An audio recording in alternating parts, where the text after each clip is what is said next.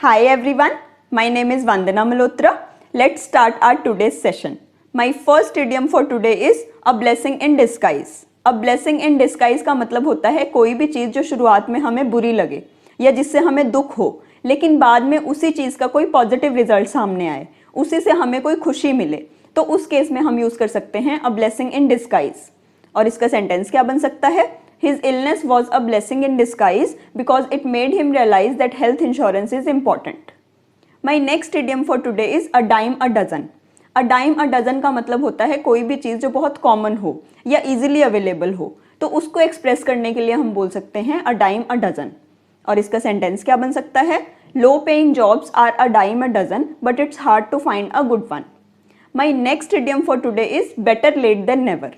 Better late than never का मतलब होता है दुर्घटना से देरी भली, कि कहीं पे ना पहुंचने से बेटर है कहीं पे देर से पहुंचना.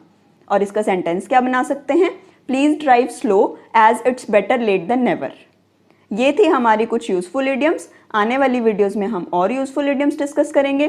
Till then please subscribe my channel. Thank you very much.